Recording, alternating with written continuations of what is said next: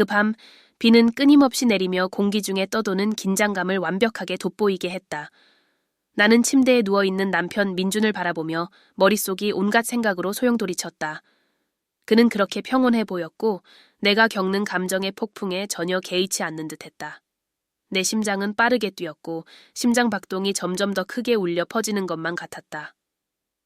이건 미친 짓이야 라고 생각했지만 아무리 그 생각을 떨쳐내려 해도 더욱 강하게 돌아와 나를 집어삼키고 숨이 막히게 했다. 금지된 것에 대한 매혹, 넘지 말아야 할 선이 있다는 사실이 나를 사로잡았다. 그리고 거기 바로 옆방에 민준의 가장 친한 친구 준호가 있었다. 그는 기다리고 있는 걸까? 아니면 갈망하고 있는 걸까? 밖에서는 여전히 비가 심포니처럼 내리며 창문을 세차게 두드렸다. 하늘이 내 안에 타오르는 불을 끄려고 애쓰는 것 같았다. 나는 침대에서 조용히 일어나 최대한 소리를 내지 않으려 애썼다. 민주는 깊이 잠들어 규칙적으로 숨을 쉬고 있었다. 그의 평화로운 얼굴이 잠시 나를 주저하게 만들었지만 내 가슴 속 유혹은 잠들지 않았다. 나는 조용히 복도를 걸었다. 한 걸음 한 걸음이 내 몸을 아드레날린으로 가득 채웠다. 거실에 도착했을 때 준호는 거기 있었다. 소파에 기대어 아무것도 없는 곳을 바라보고 있었다. 그는 깊은 생각에 잠긴 것처럼 보였지만 내가 나타나자 그의 눈빛이 빛났고 우리 사이의 공기가 순식간에 바뀌었다. 마치 내 몸을 타고 흐르던 전기가 그에게 닿은 것 같았다. 슬기야. 그는 속삭이며 내 이름을 금지된 비밀처럼 입술 사이로 흘렸다. 나는 물러서야 했고 내 방으로 돌아가 민준과의 안전한 삶으로 돌아가야 했다. 하지만 나는 그 자리에 그대로 서 있었다. 준호의 강렬한 시선에 사로잡혀 꼼짝할 수 없었다. 우리 사이의 긴장은 손으로 잡힐 듯 느껴졌고 보이지 않는 힘이 우리를 서로에게로 끌어당기고 있었다. 준호는 천천히 자리에서 일어나 다가왔고 그의 움직임 하나하나가 계산되어 있지만 동시에 그의 연약함이 드러나 나를 무장 해제시켰다. 그가 내 앞에 멈췄을 때 우리 사이의 거리는 거의 없었고 나는 그의 향기와 빗물 냄새가 섞인 것을 느낄 수 있었다.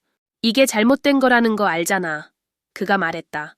하지만 그의 목소리에는 확신이 없었다. 그의 눈은 내 눈을 찾아 답을 구하며 우리가 계속해야 할 이유 혹은 멈춰야 할 이유를 찾고 있었다. 나도 알아. 나는 고백의 무게에 눌려 거의 부서질 듯한 목소리로 대답했다. 하지만 이런 말을 하면서도 나는 물러서지 않았다. 대신 나는 그에게 몸을 기울였고 내 마음은 멈추라고 소리쳤지만 내 심장과 몸은 스스로 움직이고 있었다. 내가 알아채기도 전에 준호는 조심스럽게 내 어깨에 손을 얹었다. 마치 내게 여전히 물러설 기회를 주는 것처럼. 나는 그의 눈을 바라보며 이 상황에서 빠져나갈 힘을 찾으려 했지만 내게 돌아온 것은 나를 향한 그의 욕망뿐이었다. 그리고 마치 우리를 넘어서 더 큰 힘에 끌린 것처럼 우리의 입술이 맞닿았다. 키스는 처음에는 부드러웠다. 오랫동안 묻혀있던 감정을 조심스럽게 탐색하는 듯했다. 하지만 곧 더 강렬해졌다. 마치 잃어버린 시간을 보상하려는 것 같았다. 모든 접촉, 모든 숨결이 내가 몰랐던 열정으로 가득 차 있었다. 죄책감이 내 안을 태우고 있었지만 동시에 금지된 연결의 쾌락은 내가 끌 수 없는 불길 같았다. 우리는 위험한 경계에 서 있었다. 언제든 민준이 깨어나 우리를 발견할 수도 있었다. 하지만 그 위험의 가능성은 모든 것을 더욱더 거부할 수 없게 만들었다. 준호는 나를 더 가까이 끌어당겼고 그의 손은 단단히 내 허리를 감쌌다. 그의 숨소리는 내 것처럼 가빠졌고 우리는 빠져나가고 싶지 않은 감정의 소용돌이에 갇힌 것 같았다. 그런데 집 안에서 들려온 소리가 우리 둘을 갑자기 멈추게 했다. 심장은 미친 듯이 뛰었고 우리 몸은 얼어붙은 듯 움직일 수 없었다. 나는 준호를 바라보며 거칠게 오르내리는 내 가슴을 느꼈다. 그도 나를 바라보았고 잠시 동안 우리는 결정을 내려야 하는 기로에 서 있었다. 계속 나아갈 것인가 아니면 뒤로 물러설 것인가. 다행히 소음은 바람 소리에 불과했고 그제야 우리는 안도의 숨을 내쉴 수 있었다. 아마도 이제 그만해야 할지도 몰라요. 내가 속삭였지만 내 목소리는 설득력이 없었다. 준호는 고개를 끄덕였지만 그의 눈에는 후회가 어렸다. 아마도. 그가 대답했지만 그의 목소리에서도 멈추고 싶은 의지가 느껴지지 않았다. 그래도 그는 한 발짝 물러섰고 우리 사이의 거리는 다시 안전한 범위로 돌아갔다. 하지만 여전히 그 욕망은 사라지지 않았다. 나는 깊게 숨을 들이마시며 마음을 가다듬으려 애썼다. 나 돌아가야 해요. 내가 속삭이며 내 실수를 바로잡을 시간이 아직 남아있다고 스스로를 설득하려 했다. 준호는 천천히 고개를 끄덕였고 나는 무거운 마음을 안고 침실로 돌아갔다. 거기서 민주는 여전히 잠들어 있었고 우리가 거의 저질렀던 일에 대해 아무것도 알지 못했다. 침실로 돌아가는 동안 나는 방금 일어난 일의 무게를 느꼈다. 문은 살짝 열려 있었고 내가 문을 밀고 들어갔을 때 민주는 여전히 평온한 얼굴로 자고 있었다. 나는 그 자리에 멈춰 서서 그를 바라보며 내가 어떻게 이 지경에 이르렀는지 이해하려 했었다. 죄책감이 나를 집어삼켰지만 준호에 대한 욕망은 여전히 내 피부 아래에서 불타오르며 수치심의 흔적을 남겼다. 나는 민준 옆에 누워 방금 준호와 나눈 키스를 잊으려 애썼다. 밤의 침묵이 내 주변을 감쌌지만 내 머릿속은 혼란스러웠다. 눈을 감으며 잠이 오기를 바랐지만 머릿속에는 준호의 강렬한 눈빛과 그의 손길의 열기가 여전히 생생하게 남아 있었다. 며칠이 지나도 나와 준호 사이의 긴장은 점점 더 커졌다. 그는 여전히 예전처럼 우리 집을 방문했지만 이제는 우리의 시선이 달랐다. 우리가 공유한 비밀이 우리를 불안하게 만들었다. 나는 그를 피하려 애썼고 단둘이 있는 상황을 만들지 않으려 노력했지만 운명이 나를 비웃기라도 하듯 우리의 길은 계속 교차했다. 어느 오후 민준이 업무로 외출한 사이 나는 부엌에서 설거지를 하고 있었다. 그때 내 뒤에서 누군가의 존재가 느껴졌다. 내 몸이 긴장했고 곧바로 준호임을 알 수 있었다. 뒤돌아볼 필요도 없었다. 그의 익숙한 향수가 내 감각을 파고들었기 때문이다. 슬기야. 그가 부드럽게 말했다. 그의 목소리에서 내 이름이 들리는 순간 내 숨이 멎는 듯했다. 나는 천천히 몸을 돌렸고 심장이 빠르게 뛰었다. 거기 그가 있었다. 너무 가까워서 그의 천이 느껴질 정도였다. 우리 얘기 좀 해야 해. 그가 계속 말했다. 그의 눈은 나를 응시했고 그 안에는 욕망과 후회의 감정이 섞여 빛나고 있었다. 그가 옳다는 걸 알았다. 우리가 더 큰 문제로 빠져들기 전에 모든 걸 명확히 해야 한다는 걸. 하지만 입에서 말이 나오지 않았다. 나는 그를 바라보며 무슨 말을 해야 할지 우리의 상황을 해결할 수 있는 말을 찾으려 애썼다. 이대로는 못하겠어. 그는 거의 속삭이듯 말했다. 그날 밤 이후로 너만 생각나. 그는 한 걸음 앞으로 다가왔고 나는 물러서며 허리가 싱크대에 닿았다. 내 몸은 두 갈래로 나뉜 것 같았다. 반은 도망치고 싶었고 나머지 반은 정반대를 원하고 있었다. 준호, 이건 계속될 수 없어. 나는 떨리는 목소리로 간신히 말했다. 하지만 나조차도 그 말이 확신에 차지 않았다는 걸 알고 있었다. 그는 더 가까이 다가왔고 그의 얼굴은 너무 가까워서 그의 눈 속 모든 디테일을 볼 수 있었다. 내가 떠나길 바라는 거야? 그가 물었고 그 뒤를 잇는 침묵은 영원처럼 느껴졌다. 나는 그래 라고 말했어야 했다. 모든 걸 그 자리에서 끝냈어야 했다. 하지만 대신 내 입은 닫힌 채로 있었고 내 눈은 내 의지를 배반하며 나를 찢어놓는 내적 갈등을 반영하고 있었다. 준호는 손을 들어 손끝으로 내 얼굴을 살짝 스쳤다. 내 몸은 즉각 반응했고 등줄기를 따라 전율이 흘렀다. 제발 내가 어떻게 해야 할지 말해줘. 그는 간절하게 부탁했다. 그의 목소리는 감정으로 가득 차 있었고 마치 그도 우리가 만들어낸 소용돌이 속에서 길을 잃은 것 같았다. 그 순간 집 안에 초인종 소리가 울려 퍼지며 날카로운 칼처럼 우리의 순간을 잘라냈다. 준호와 나는 너무나도 급히 서로로부터 떨어져 나가다 부딪힐 뻔했다. 나는 얼굴이 화끈거리는 부끄러움에 등을 돌리고 현관으로 달려가며 이 갑작스러운 방해에 조용히 감사했다. 문을 열자 이웃인 혜진 아주머니가 따뜻한 미소와 함께 손에 홈메이드 케이크를 들고 서 있었다. 슬기야, 케이크를 만들었는데 나누고 싶어서 왔어. 그녀는 밝게 말했다. 집 안과 내 마음속 혼란을 전혀 눈치채지 못한 채로. 나는 애써 미소를 지으며 떨리는 손으로 케이크를 받았다. 그녀에게 간단히 감사 인사를 하고 서둘러 혼란스러운 표정을 숨기려 했다. 혜진 아주머니가 떠난 뒤 나는 몸을 돌려 여전히 주방에 서 있는 준호를 보았다. 그는 이제 좌절한 표정을 짓고 있었다. 그는 손으로 머리를 쓸어 넘겼는데 그가 긴장할 때마다 하던 습관이었다. 이건 우리 둘 댁에 공정하지 않아. 그가 침묵을 깨며 말했다. 그리고 나는 그가 옳다는 것을 알았지만 상황은 너무 복잡했고 내가 사랑하는 사람을 상처 입히지 않고 해결할 방법이 없었다. 그 후 며칠 동안 나는 준호를 피하기 위해 모든 노력을 다했다. 나의 일상에 몰두하며 민준과 우리의 결혼, 우리가 함께 만들어 온 삶에 집중하려 했다.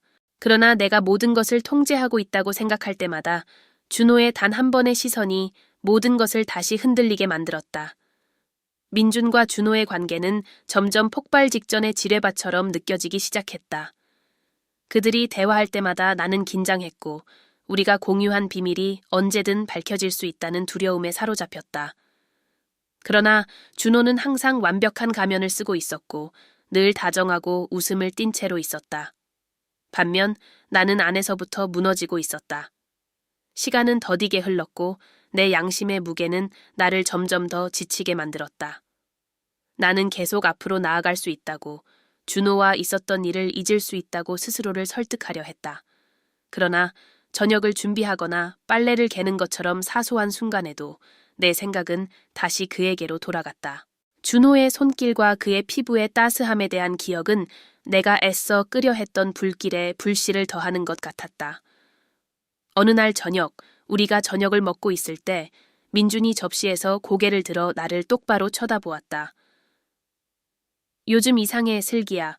그는 말했다. 비난의 말투는 아니었지만 진심 어린 걱정이 묻어났다. 내 심장이 철렁 내려앉았고 나는 억지로 미소를 지었다. 그냥 피곤해서 그래. 나는 서둘러 대답하며 시선을 접시로 돌렸다. 민주는 늘 다정하고 나의 안위를 걱정하는 남편이었다. 그리고 그것이 나의 죄책감을 더 키웠다. 그는 내가 하고 있는 일, 내가 숨기고 있는 비밀을 받을 자격이 없었다. 그럼에도 불구하고 우리 사이의 거리는 점점 더 벌어지고 있었고 나는 그것을 어떻게 좁혀야 할지 몰랐다. 다음 날 아침, 나는 신선한 채소를 사기 위해 시장에 갔다. 아침에 차가운 공기가 상쾌했고 단순한 일상이 내 머리를 정리하는 데 도움이 되기를 바랐다. 나는 토마토를 고르고 있었는데 바로 그때 익숙한 목소리가 뒤에서 들려왔다. 슬기야, 준호가 불렀고 나는 너무 급히 몸을 돌리다가 토마토를 거의 떨어뜨릴 뻔했다. 그는 거기 서 있었고 약간 쑥스러운 미소를 지었지만 그의 눈에는 여전히 나를 괴롭히는 그 욕망이 담겨 있었다. 준호, 내가 말했다. 무심한 척하려 했지만 우리 사이의 긴장은 손에 잡힐 듯했다. 그는 시장의 분빔조차도 우리를 갈라놓기에 부족하다는 듯 한 발짝 더 다가왔다. 우리는 이야기를 해야 해. 그는 고집스레 말했다. 그의 눈에서 절박함이 보였다. 하지만 나는 그와의 어떤 대화도 상황을 더 복잡하게 만들 뿐이라는 걸 알고 있었다. 주위를 둘러보니 사람들은 저마다 바빠서 우리에게 신경 쓸 여유가 없어 보였다. 지금은 안 돼.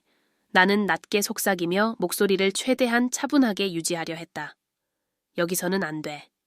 하지만 준호는 결심한 듯 보였다. 슬기야, 이대로는 우릴 망가뜨릴 뿐이야. 난 더 이상 아무 일도 없었던 것처럼 가장할 수 없어. 그는 낮고 감정이 담긴 목소리로 말했다. 그의 말이 맞다는 걸 알고 있었다. 나 역시 우리가 겪고 있는 일을 해결하지 않고는 더 이상 앞으로 나아갈 수 없다는 걸 알았다. 하지만 어떻게 해야 할까? 이 상황은 끝이 보이지 않는 미로 같았다. 그날 늦은 오후, 민준이 동료들과 회의를 위해 집을 나선 후 준호가 우리 집 문 앞에 나타났다. 초인종 소리가 들렸을 때 나는 믿을 수 없을 정도로 놀랐지만 내 심장은 곧바로 두근거리기 시작했다. 문을 열자 그는 거기 서 있었고 가늘게 내리는 비가 그의 머리를 적시고 있었다. 제발 안으로 들여보내줘. 그는 간청했다. 그의 목소리에는 나를 무장해제시키는 무언가가 있었다. 그를 들이는 것은 유혹에 굴복하는 것이고 우리 사이에 아직 해결되지 않은 무언가가 있다는 것을 인정하는 것이라는 걸 알았다. 하지만 그 순간 나는 더 이상 내 감정과 싸우고 싶지 않았다. 준호가 집 안으로 들어왔고 우리는 잠시 아무 말 없이 서 있었다. 밖에서 들려오는 빗소리만이 우리 사이의 유일한 소리였다. 그는 나를 바라보았다. 그의 눈에는 더 이상 숨길 수 없는 감정이 가득했다. 슬기야, 난 노력했어. 잊으려고 계속 나아가려고 했지만 도저히 안 되겠어. 그는 고백했다. 그의 진심 어린 목소리는 내가 간신히 유지하던 마지막 방어선을 무너뜨렸다. 나는 더 이상 피할 수 없는 것에 저항하는 데 지쳐 있었다. 모든 게 괜찮은 척 연기하는 데 지쳐 있었다. 아무 생각 없이 나는 한 발 그에게 다가갔고 후회할 틈도 없이 그는 나를 그의 품 안으로 끌어당겼다. 이번에 나눈 키스는 이전과 달랐다. 단순히 욕망이 아니라 절망이 담겨 있었다. 마치 이 순간이 끝이 될 수도 있고 더 복잡한 무언가의 시작이 될 수도 있다는 걸 아는 듯했다. 이건 잘못된 일이야. 내가 중얼거렸지만 나조차도 내 말에 확신이 없었다. 준호는 내 얼굴을 양손으로 감싸고 그의 눈으로 답을 찾으려는 듯 나를 바라보았다. 혼란으로 가득한 우리의 상황 속에서 해답을 갈구하는 그의 모습이 눈에 선명했다. 그런데 왜 이게 이렇게 옳게 느껴지는 거야? 그가 물었다. 나는 대답할 말이 없었다. 내가 아는 것은 그 순간만큼은 결과도 우리가 곧 더 크게 벌어질 상처도 생각하고 싶지 않았다는 것뿐이었다. 단지 느끼고 싶었고 세상 밖의 모든 것을 잊고 이 순간에 몰두하고 싶었다. 하지만 우리가 더 깊이 빠져들기 전에 문 자물쇠가 돌아가는 소리가 들리며 현실로 돌아오게 했다. 나는 준호를 밀어냈고 그는 한 발짝 물러섰다. 둘 다 얼어붙은 채로 현관문이 열리기를 기다렸다. 민준이 들어와 머리에서 빗물을 털며 우리를 향해 무심한 미소를 지었다. 그는 아무것도 의심하지 않은 듯했다. 안녕 준호, 여기서 뭐 하고 있어? 그는 쾌활하게 물었다. 준호는 나보다 더 빨리 평정을 되찾았다. 그냥 네가 있다고 한 책을 가지러 들렀어. 그는 아무렇지 않게 거짓말했다. 그의 목소리는 너무나도 자연스러워서 나조차 믿을 뻔했다. 민주는 의심 없이 고개를 끄덕였다. 나는 살짝 긴장이 풀리는 걸 느꼈다. 그래, 가져올게. 민준이 말하며 서재로 걸어갔다. 나는 준호를 바라보았다. 그는 마지막으로 의미심장한 눈빛을 내게 보내고는 뒤돌아 문 밖으로 나갔다. 문이 조용히 닫히는 소리가 뒤따랐다.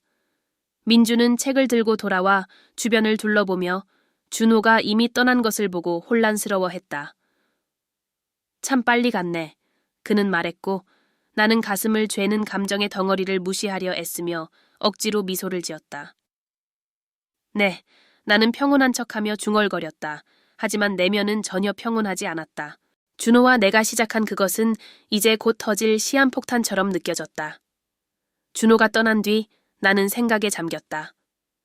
집에 있는 민준의 존재가 나를 안정시키고 균형을 되찾게 해야 했지만 오히려 그 반대였다. 무언가가 들통날 뻔했다는 느낌은 비록 아무런 인치림이나 돌 한 일이 없었다 하더라도 나를 긴장하게 만들었다. 저녁 식사 후 민주는 내 불안한 모습을 눈치채고 내 상태를 물었다. 응, 그냥 조금 피곤해서 그래.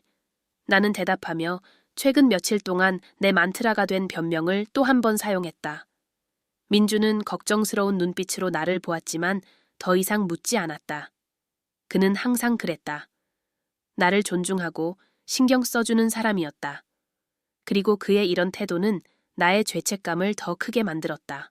그러나 죄책감만으로는 준호에 대한 내 감정을 지우기에 부족했다.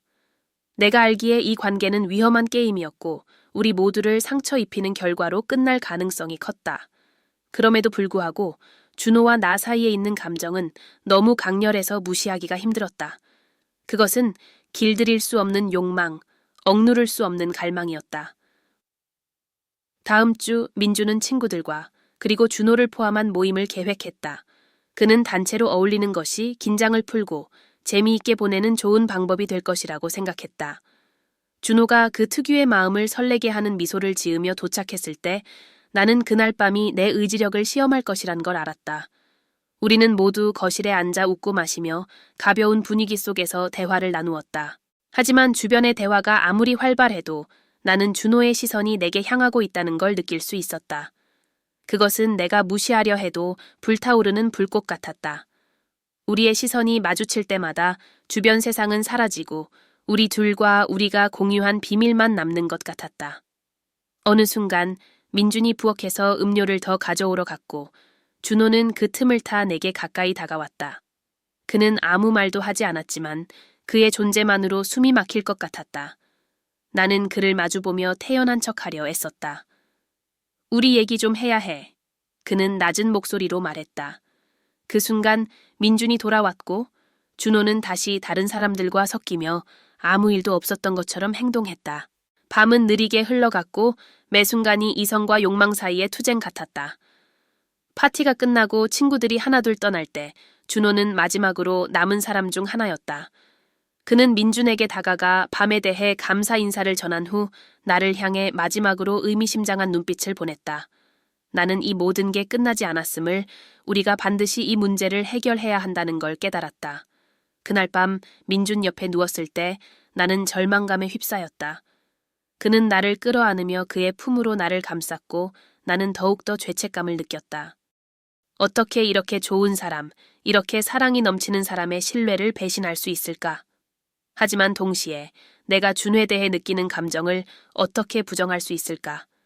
시간이 흐르면서 준호와 나 사이의 긴장은 점점 더 커져갔다. 우리는 서로를 피하려 했지만 소용이 없었다. 우리 사이에는 피할 수 없는 무언가가 있었고 마치 함께 이 깊은 절망 속으로 빠지기로 정해진 운명 같았다. 어느 날 민준이 그의 부모님을 방문하기 위해 집을 비웠을 때 준호가 다시 우리 집 문 앞에 나타났다. 이번에는 변명도 우리를 보호할 거짓말도 없었다. 그는 집 안으로 들어왔고 우리는 마주선 채로 시간이 멈춘 듯 서 있었다. 슬기야, 더 이상 이렇게 살 수 없어. 그는 감정이 가득 담긴 목소리로 고백했다.